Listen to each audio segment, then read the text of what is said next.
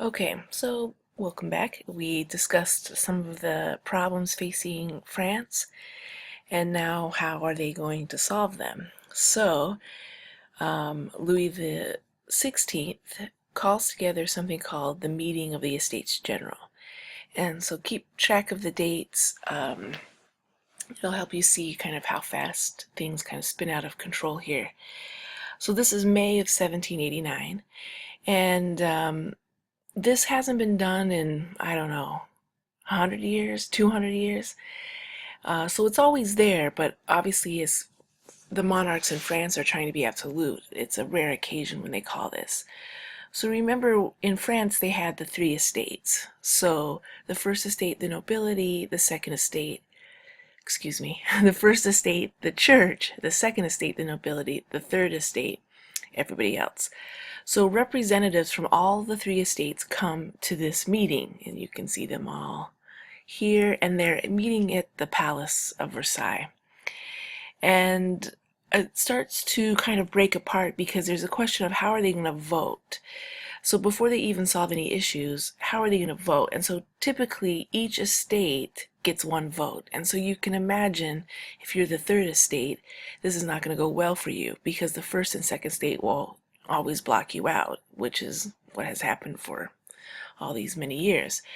So the third estate proposes that each member of the delegation should have the right to vote, should be able to vote in this thing. And of course, the king and others don't want that because that means obviously the third estate will win what they want because there's more people. So before they can really solve any of these problems, it sort of breaks out into arguing over how to vote. So the next day, the third estate goes to participate, and they have been locked out of this meeting. So they run off to the tennis court. And this is the, I don't know, maybe a handball court probably or whatever. So this is also at Versailles, and the third estate here, you can see this by this dramatic painting, that they pledge that they are not going to disband until they write a new constitution. And this is known as, an important vocabulary term, the tennis court oath. So the third estate then meets over there and they form something called the National Assembly. And they're going to meet together and pass laws that they think will actually help France. Soon, right, sympathetic people from the first and second estate start to sneak over to the tennis court and join in with this National Assembly. And now Louis XVI is nervous, right? This is, we're knocking on the door of a revolution or certainly a coup or something against his authority. Okay, so meanwhile, back in Paris, so Versailles is what, 20 miles outside of Paris, the rumors start to flow. And keep in mind, this is one of the great themes of the French Revolution, the destructive power of rumors. So in Paris, they hear that the king has sent troops in to stop this National Assembly or is attacking the Third Estate. So in Paris on July 14th, 1789, so remember May is when things start to fall apart. By July, they think that the king is out to get them. So they storm this prison, the Bastille. Remember, Voltaire has spent time in here. Political prisoners are here. And so it's a prison, but they also suspect it's an armory. However, when they do storm it and let the prisoners out, etc., I don't think they find that many weapons, but they feel like they need these weapons to fight against the army of the king. So this is it. This is the revolution. The beginning of the revolution is when they storm the Bastille. So this might be a date to know. And today it is continued to celebrate in France as Bastille Day. So the revolution is on. So then again, rumors. So from July probably through that fall, they call it the Great Fear. So then rumors spread. Nobody knows what's going on. Chaos ensues. And the revolution has got underway here as the peasants are riding in the countryside because they don't know what's going on. Nobility is getting nervous. They don't know what's going on. They're being attacked. the king is losing control, and so a lot of bad things happen in the Great Fear. So phase one of the revolution, to break this down, a fairly complicated event here, I'm going to break it into phases. So this is phase one. So to keep in mind, because we're going to see about 1,000 changes of the French government. So the first phase here is the tennis court has been made, the Bastille has been stormed. Now what? So here is the great motto of the French Revolution, right? Liberty, equality, and brotherhood. Well, so let's see if they can pull this off. Okay, so look at the dates here, right? From 1789 to 1792, the government is now the National Assembly, right? They, and we're going to call this a moderate phase. And so they form a new government of France, right? They adopt the Declaration of the Rights of Man and of the Citizen, and this would look similar to our Bill of Rights, but even more expanded. And so we've been talking about Mary Wollstonecraft, right? She writes a response saying, what about us?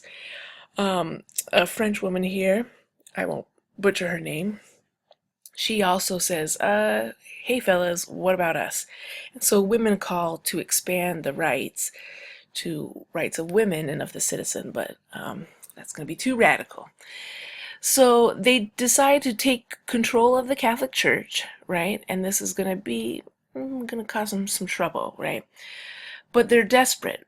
Remember, they're broke, the government of France. So they take the land and they decide that the clergy become elected officials paid by the state. So their loyalties are to the government, not to the Catholic Church. And of course, remember our friend Henry VIII. You get a lot of money, right? And a lot of land and power when you do this. And then they write a new constitution. So keep track of all the constitutions that will be written here. And that's in 1791. So they're trying to establish maybe a little something like England here. A constitutional monarchy, right? Still have the king as an executive, and then a legislative assembly, which is their legislative branch. So, hooray, the revolution's over. Everyone can live happily ever after. Not so fast. Louis XVI makes a mistake here. He tries to make a run for it. And this is a picture from the newspaper. So Louis takes his family. They're heading for the Austrian border. And I think you can see what kind of sign and message this sends to the rest of France. So they arrest him here, bring him back to Paris, and force him to sign this constitution. So that's the beginning of the end for this guy, I'm afraid. Okay, however, the problems are not solved, right? The Legislative Assembly breaks up into these factions. So the moderates meet in the center. The conservatives sat on the right, and conservatives at this point want a constitutional monarchy, right? Let's not make too many changes. Let's keep the king, but, you know, maybe let in some more bourgeoisie power. The radicals sat on the left. And remember, what is a radical in 1789? No king and a republic form of government, much like our republic form of government. So does this sound familiar? Conservatives on the right, radicals on the left. And so because of this, even today in America, when we talk about conservatives, we talk about them being on the right and liberals on the left. So thanks to the French Revolution, that's why we call it the right and the left. Okay, now remember, we're only talking about a small portion of the people of France that are making these decisions. So people outside of the National Assembly are like, wait a minute, folks, we want to say. So we're going to call them the sans-culottes. I don't know. I'm going to pretend that's correct. And they are without breeches. So notice something here. Long pants, right? These are breeches. This is the nobility. This is the bourgeoisie. It was the fashion, right, to wear these breeches, right, these short pants. But the workers and the peasants and the urban laborers wore long pants. So they take on the name, right, sans-culottes. Sans-culottes? And so they're like, you know, we also want some change. So these guys are the urban laborers, right? So we're not talking peasants, but people in the city. And they're like, we need to go further, right? We want more change. So the European reaction, that's pretty much their faces. So now monarchs throughout France or throughout Europe are like, yikes. I mean, it's one thing if these like British colonists a million miles away in North America do that, try to have a government without a king. But it's another thing altogether when your neighbor, right, is checking their monarch. So other countries start to get nervous that this will happen in their country. So Austria and Prussia, remember Marie Antoinette is Austrian. They're like, you need to put, they're telling the French the government, the National Assembly, hey, yeah, you guys got to put him in power. And what do? The Ding Dongs declare war in 1792, a preemptive strike. So something we need to remind ourselves, and why is the French Revolution such a mess, is from 1792 almost really until 1812. We have warfare in Europe really caused by the French. If it's not the French Revolution, this war, and then Napoleon kind of keeps it going. So throughout the revolution, you must remember that there is this war going on, and that's going to exacerbate a lot of the problems in France. So they declare war because they figure we might as well before Austria, Prussia, and whoever else declares war on them. So now we're ready for phase two, and that's when things get radical, right? So the more radical forces are starting to then take ownership of this revolution and make sure they get what they want. Okay, so what's happening here, right? We've got clubs forming with like-minded individuals. If you believe in certain aspects of the French government, you kind of hang out together. And one of the most well-organized and famous clubs, and a name you need to know, are the Jacobins. And named after, it's a long story, but it's like a Latin version of James, which is the street they met on. And so they're probably the strongest club, but there's tons of these clubs. So the war is going poorly, and again, we can't underestimate the power of these rumors of just all kinds of crazy things happening. So people just never know what's going on, and everybody's upset and angry. Thus, mob violence. So at this point, the royal family is imprisoned. They don't think Louis XVI is on board, and they pretty much think Marie Antoinette is terrible and the problem, blah, blah, blah.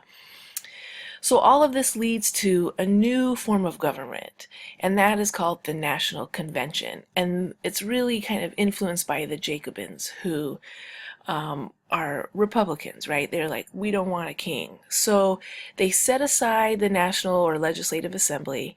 They dissolve that. Remember, these guys are the ones that are formed at the tennis court oath. They set aside that Constitution of 1791 and make a new government, right? And no king. So I think you know what's next, right? So far, in just a few years, we go from an absolute monarch to the National Assembly, which was a constitutional monarchy, and now we're at the National Convention, which is a republic, much like our government. So this government accomplishes, they decide, and this is really radical, right? All adult men can vote, right? Even in the United States at this point in history, only property owners, you had to own a certain amount of property to vote. They start to deal with the war in Austria with Austria and Prussia, but because of the execution of Louis XVI and then eventually Marie Antoinette, now other countries are like, yeah, no, we don't like this. So Great Britain joins up, Holland, Spain, and so now this war expands. And so the National Convention then only lasts, again, 3 years. Are you keeping track of all these names and dates and how fast this is going? And then here is a picture of the execution of Louis XVI. Okay, so now things get super messy, right? This is the National Convention. Here's the guy in charge. I don't know if you want to take a moment and notice that this guy's head's on a pike, right? They've killed him. And there's some dogs, I don't know, licking up the blood. Garros. So this gives you an indication of just how crazy this phase of the French Revolution is.